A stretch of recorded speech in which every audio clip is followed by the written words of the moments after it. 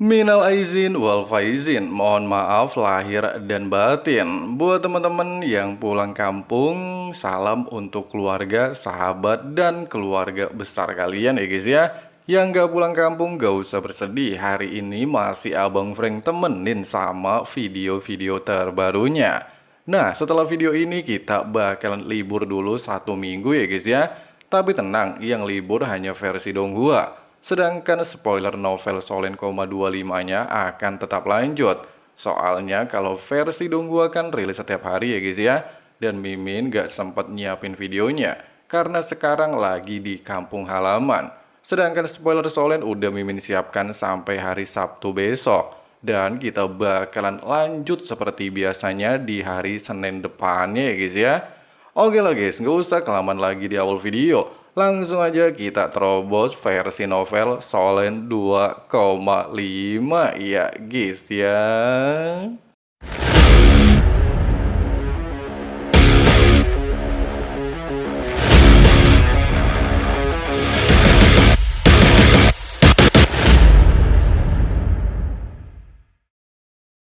Ketika energi kehidupan Dewi Kehidupan mencapai akhir dan pengorbanan mereka hampir selesai, dia bersama Dewa Penghancur melakukan upaya terakhir, menggunakan seluruh kekuatan mereka secara ekstrim untuk melindungi dunia para dewa dari bencana besar yang sedang mendekat.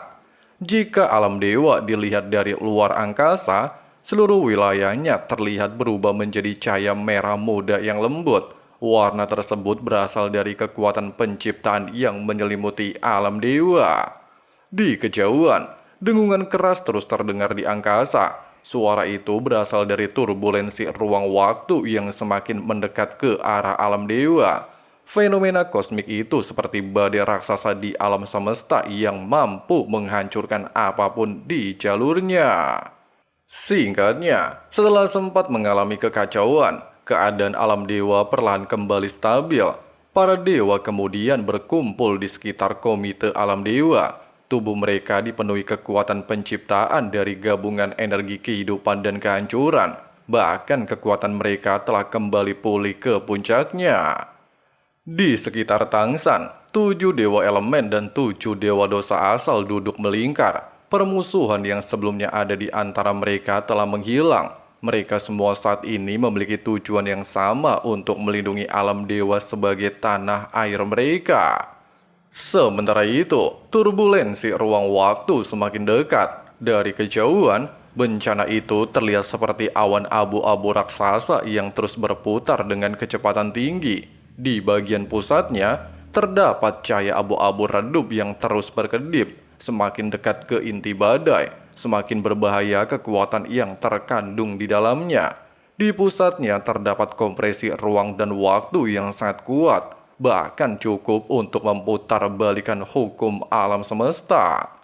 Ukuran turbulensi itu luar biasa besar, dengan diameter lebih dari 100 km. Energi yang dikandungnya bahkan lebih menakutkan dibandingkan bencana sebelumnya. Ketika dia melintas di ruang kosmik, bintang-bintang di sekitarnya terlihat meredup, seolah-olah alam semesta membuka jalan baginya. Di tepi badai tersebut, pita-pita awan abu-abu melayang seperti cambuk raksasa yang terlihat tenang namun mematikan. Di sisi lain, alam dewa sedang mengalami penyusutan. Cahaya merah muda yang menyelimuti langit mulai melemah, tetapi kekuatan penciptaan yang terpancar justru semakin kuat. Hal ini terjadi karena Dewi Kehidupan dan Dewa Penghancur mengorbankan diri mereka untuk memampatkan kembali alam dewa. Mereka menggabungkan seluruh kekuatan mereka ke dalam dunia tersebut, menjadikan diri mereka sebagai sumber awal kekuatan penciptaan yang digunakan untuk melawan turbulensi ruang waktu. Dengan proses pemampatan tersebut, lapisan luar alam dewa perlahan menebal kembali hingga mendekati kondisi semula. Penghalang pelindung yang kuat membuat para dewa merasa sedikit lebih tenang menghadapi ancaman yang mendekat. Melihat pengorbanan tersebut, para dewa yang sebelumnya mengikuti rencana Dewa Penghancur untuk memperluas alam dewa merasa sangat malu. Mereka akhirnya menyadari peringatan Tangsan benar sejak awal. Dibandingkan ambisi memperluas wilayah, Tidak ada ancaman yang lebih mengerikan daripada turbulensi ruang waktu yang mampu menghancurkan segalanya. Tidak berselang lama, bagian pertama dari badai akhirnya mencapai alam dewa.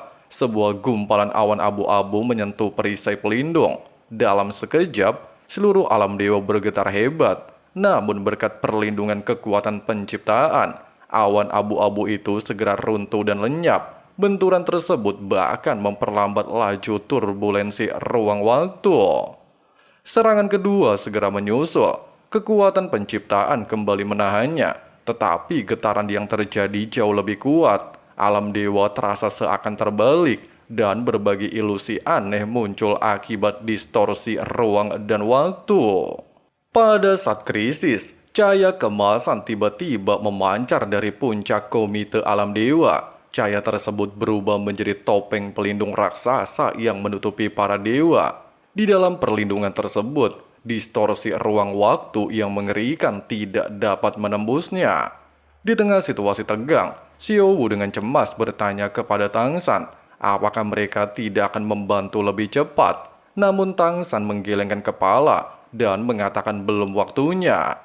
Bukan tanpa alasan, Tang San tidak terburu-buru membantu Dewa Penghancur dan Dewi Kehidupan, di mana kekuatan penciptaan masih mampu menahan serangan untuk sementara. Jika para dewa langsung mengerahkan kekuatan mereka, energi mereka justru akan saling bertabrakan dengan kekuatan penciptaan dan menyebabkan pemborosan kekuatan ilahi.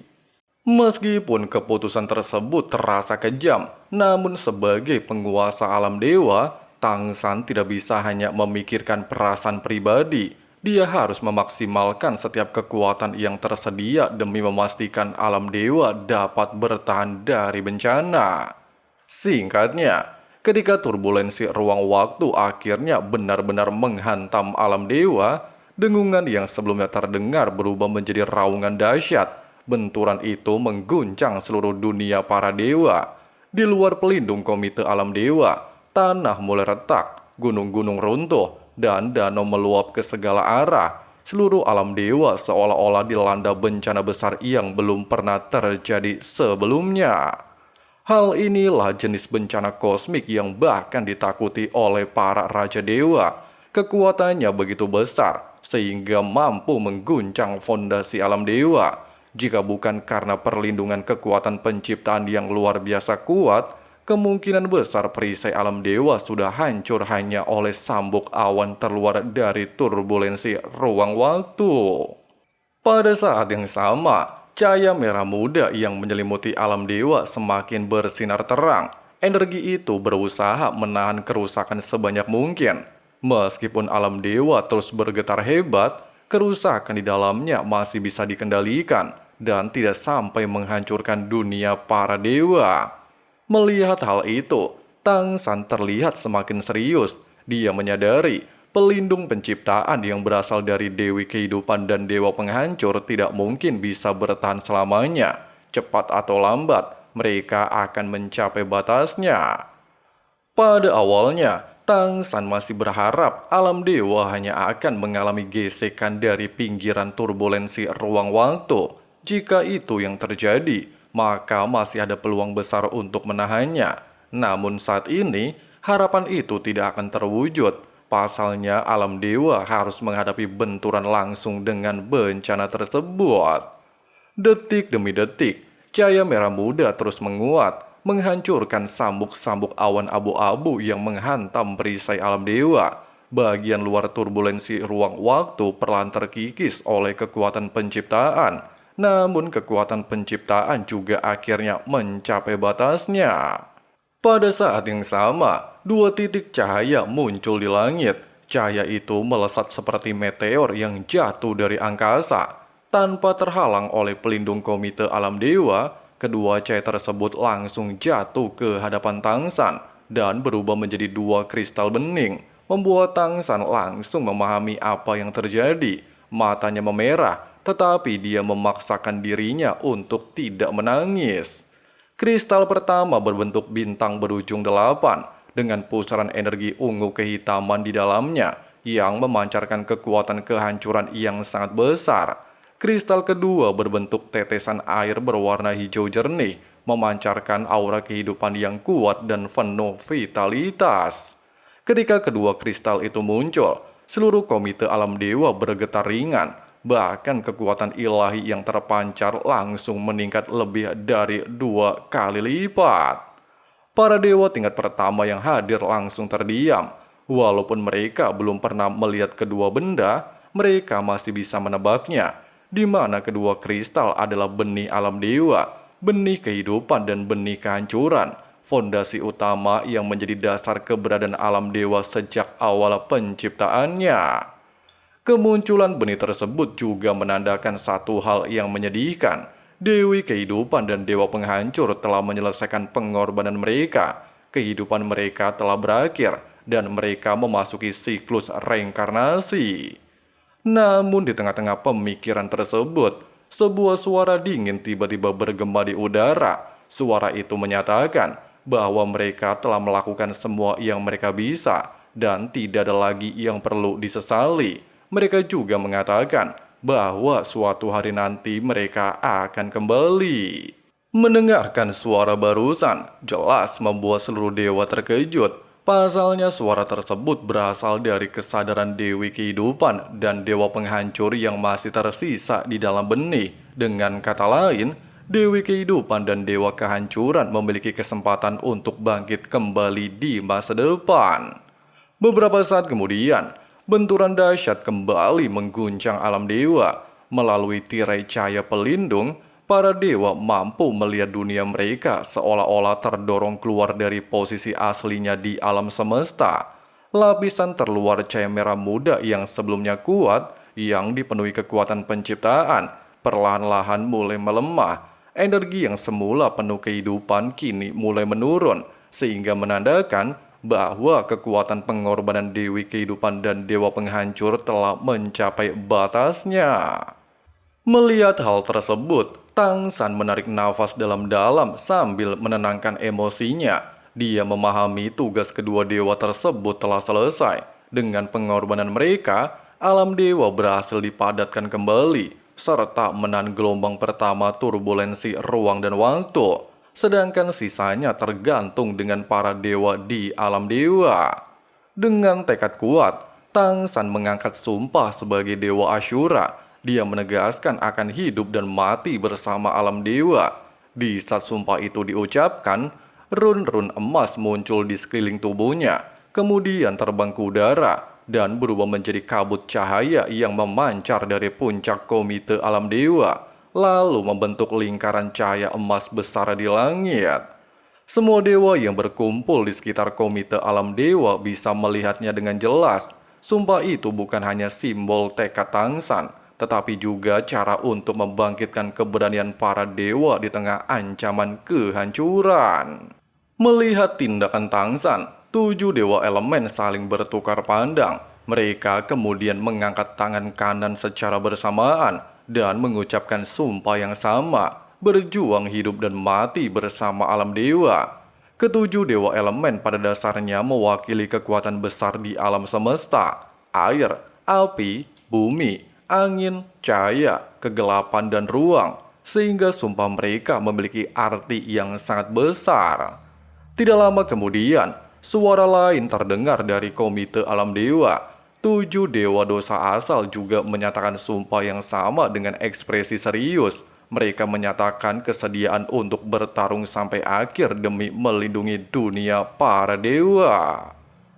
Di tengah-tengah suasana tegang, Vulkan alias Dewa Api sempat bercanda dan mengatakan, para dewa dosa asal saat ini tidak terlihat menyebalkan seperti sebelumnya. Komentar itu memicu reaksi dari Dewa Murka, tetapi percakapan mereka justru mencairkan suasana. Vulkan bahkan menyatakan, dalam situasi seperti ini, mereka adalah saudara seperjuangan. Meski masih saling mengejek, semangat mereka kini bersatu. Rong Nianbing yang sebelumnya mengeluh karena merasa ditipu oleh rencana Tang San, akhirnya ikut berdiri dengan ekspresi serius. Dia juga mengangkat sumpah yang sama dengan suara lantang. Pada saat ini, semua dewa di alam dewa telah menyatukan tekad mereka. Mereka bersiap menghadapi bencana kosmik terbesar. Bahkan jika harus mempertaruhkan hidup mereka demi mempertahankan alam dewa, mereka tidak akan menyesalinya.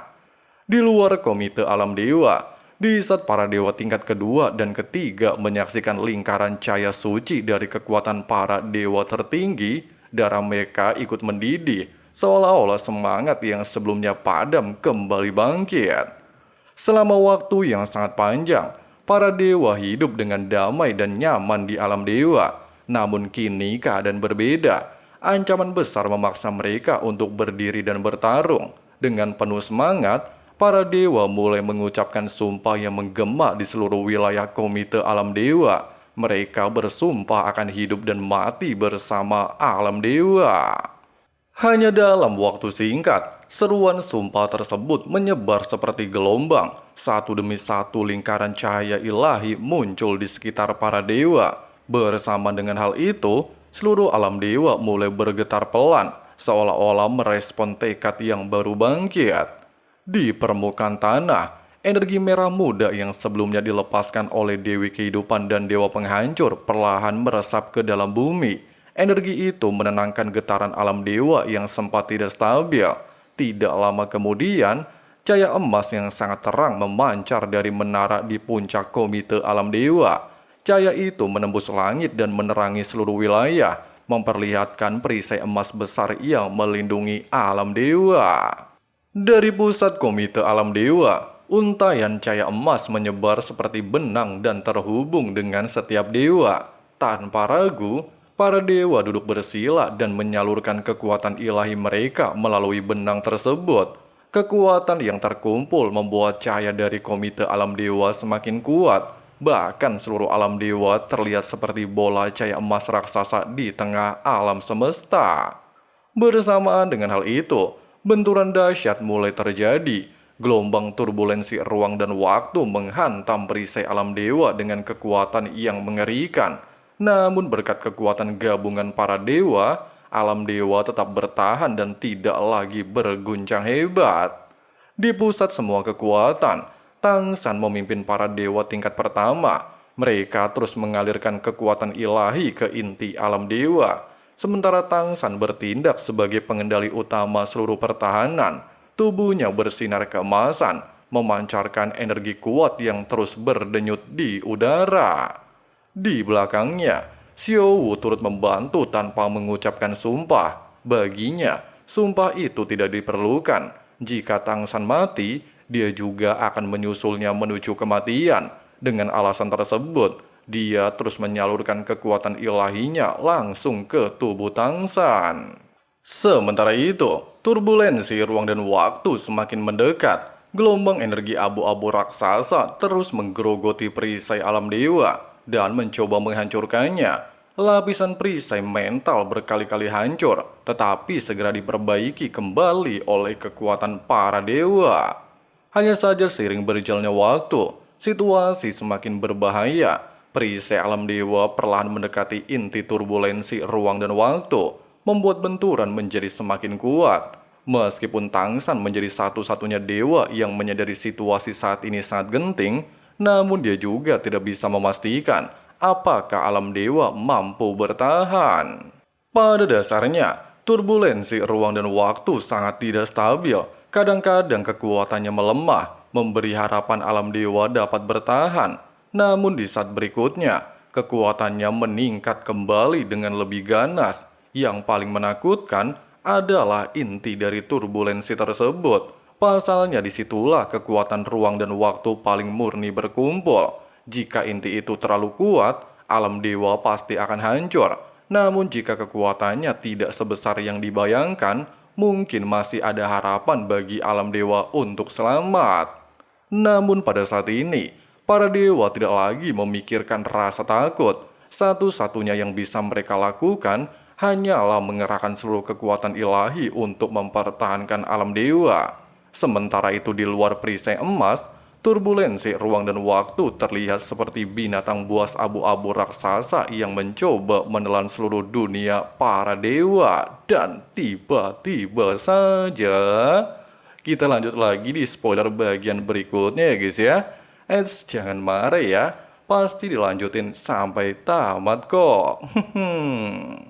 Nah guys, sebetulnya pembahasan alur cerita spoiler versi novel Solen 2,5-nya guys ya.